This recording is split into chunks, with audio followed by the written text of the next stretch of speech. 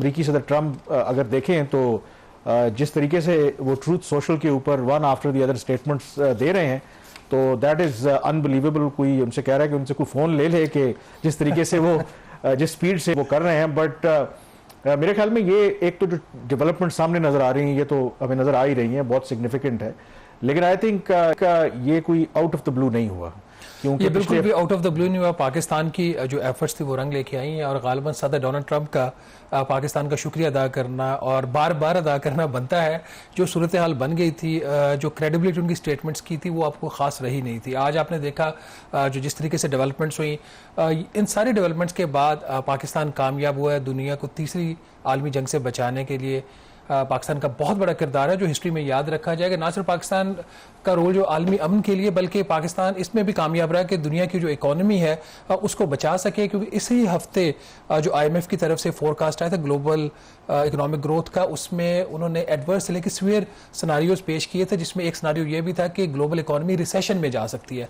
तो आज जब हम बैठ के इस चीज़ को सेलिब्रेट कर रहे हैं, being a Pakistani, being a journalist, कि जिस जो दुनिया में अमन भी हो रहा है, उसके साथ जो खुशहाली है वो भी रहेगी। अगर एक दफ़ा इकॉनमी ग्लोबल रिसेशन में चली जाए तो उसके जो असरात हैं किसी एक आध मुल्क पे नहीं रहते, फिर पूरी दुनिया की इकॉनमी के ऊपर जाते हैं। और यहाँ पे आज जब हम बात कर रहे हैं one after another good news, अभी थोड़ी देर पहले वज़ीर-ए-आज़म पाकिस्तान शहबाज शरीफ साहब ने डीजल की कीमतों में 32 रुपये फ़ी लीटर कमी कर दी, और नई कीमत जो है वो 354 रुपये फ़ी लीटर डीजल की कीमत है। अभी भी प्री वॉर के टाइम से ज़्यादा है, लेकिन जिस तरीके से आलमी मंडी में तेल की कीमतें कम होंगी, पाकिस्तान के अवाम को भी खुश खबरी मिलेगी। लेकिन कामरान, जहाँ पे पाकिस्तान का जो ओवरऑल एक रोल रहा है, जिस तरीके से पाकिस्तान अपना किरदार अदा किया, दुनिया उसकी मुतारिफ है। पाकिस्तान का जो मीडिया है उसका भी वंस अगेन बहुत ही एक रिस्पॉन्सिबल रोल है। आपकी बड़ी तारीफ की जा रही है, फॉरेन ऑफिस आपकी तारीफ कर रहे हैं, आपके कोलीग्स आपकी तारीफ कर रहे हैं, जिस किस्म की आपने रिस्पॉन्सिबल रिपोर्टिंग की। और अभी से नहीं, जब से ये जंग शुरू हुई है, तो मेरा ख्याल आज खुशियों का दिन है, one after another good news इसका। लेकिन बिल्कुल आप कह रहे हैं, अभी क्या कहते हैं ना कि वो हाथी निकल गया, दुम रह गई है, तो थोड़ा सा इंतज़ार भी हमें करना चाहिए, क्योंकि इस्लामाबाद में जो मुज़ाकरात होंगे, क्योंकि पाकिस्तान के प्राइम मिनिस्टर और फॉरेन मिनिस्टर भी तुर्की के दौरे पर हैं और आज रात गए या कल सुबह वापस आ जाएंगे। तो इसहाक डार साहब ने वहाँ पर जो अंतालिया डिप्लोमेसी फोरम है उससे खिताब किया, तो उन्होंने ये कहा है कि 80% काम हो गया है, और जो बाकी 20% है, अब जो दोनों फरीकैन हैं उनको एक फ्लेक्सिबिलिटी शो करनी चाहिए। और दूसरा जो खबर भी है मेरे पास कि जो अगला मरहला है, दूसरे राउंड का जो मुज़ाकरात होने हैं, तो अगले 72 घंटे कहा जा रहा है कि बड़े इंपॉर्टेंट है। अगले 72 घंटों में इस्लामाबाद के अंदर एक बड़ी जो मूवमेंट और या कह लें जो बैठक है वो होगी। और उसमें जो आपने जिक्र किया, अगर आप उसमें देखें कि ना सिर्फ एक तो ये ऐलान हुआ है ना स्टेट ऑफ हॉर्मुज़ का, और फिर उसके साथ जो लेबनान का हम जिक्र कर रहे थे, जो अमरीकी मीडिया रिपोर्ट कर रहा है और मोर और लेस वो खबर ठीक है, उसमें कोई $20 अरब के एक पैकेज या $20 अरब जो इनके मुंजमद हैं ईरान के जो असासे, उनको अनफ्रीज करने के बारे में बात हो रही है, फैसला हो गया है। और ये बड़ा सिग्निफिकेंट है, क्योंकि इस्लामाबाद में जो मुज़ाकरात हुए थे, वैसे तो ज़ाहिर है कि पाकिस्तान बीइंग ए मीडिएटर, उन्होंने इन्फॉर्मेशन और बिल्कुल ठीक किया कि उस तरह से लीक नहीं की, लेकिन ऑब्वियसली एज अ जर्नलिस्ट आप कुछ जो में तो रहते हैं कि क्या चीज़ हुई। तो उसमें जो मेरे पास भी इतलात हैं कि एक जो सबसे बड़ा कंसर्न था ईरान का कि इतनी जो उनके ऊपर जंग थोपी गई, जो उनके नुकसानात हुए, उनको पैसा चाहिए, और पैसा या तो आप उनके जो एसेट्स फ्रीज किए हैं उनको अनफ्रीज करें, या फिर उनको इजाज़त दें कि वो स्टेट ऑफ हॉर्मुज़ पे टोल लगाएं।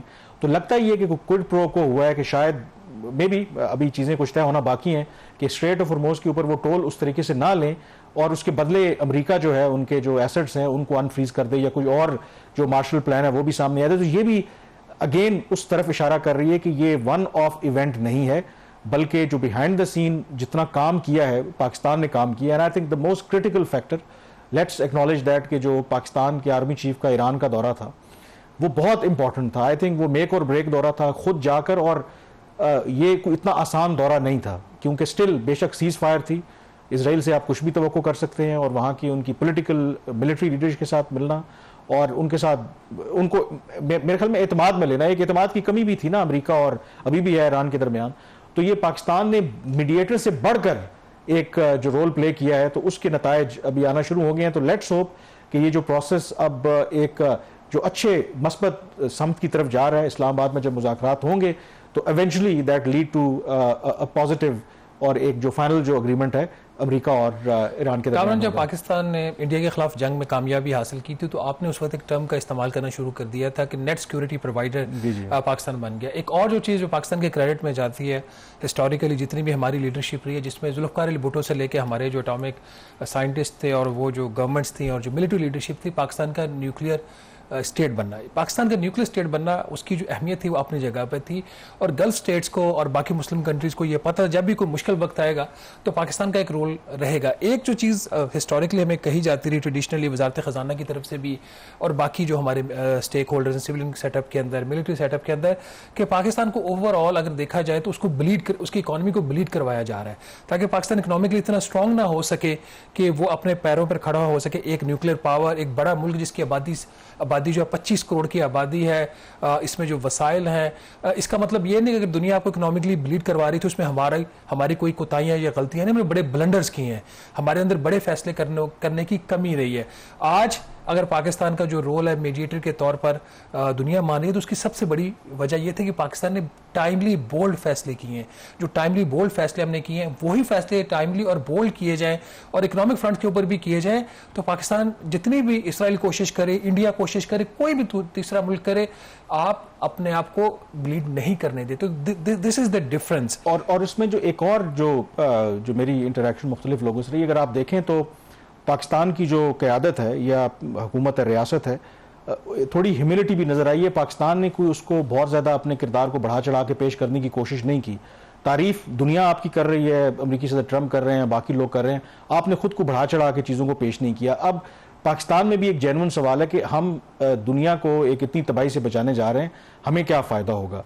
आगे चल के बाद में जब और मटेरियलाइज होंगी, जो मेरे पास जो इंडिकेशन है, जो खबरें आ रही हैं, मेरा ख्याल है इसका पाकिस्तान को डिविडेंड मिलेगा। अमेरिका के साथ हमारे जो रिलेशनशिप हैं उसमें एक सिग्निफिकेंट आप देखेंगे कि जंप आने वाला है, एक बहुत आपको उसका फ़ायदा होगा पाकिस्तान को।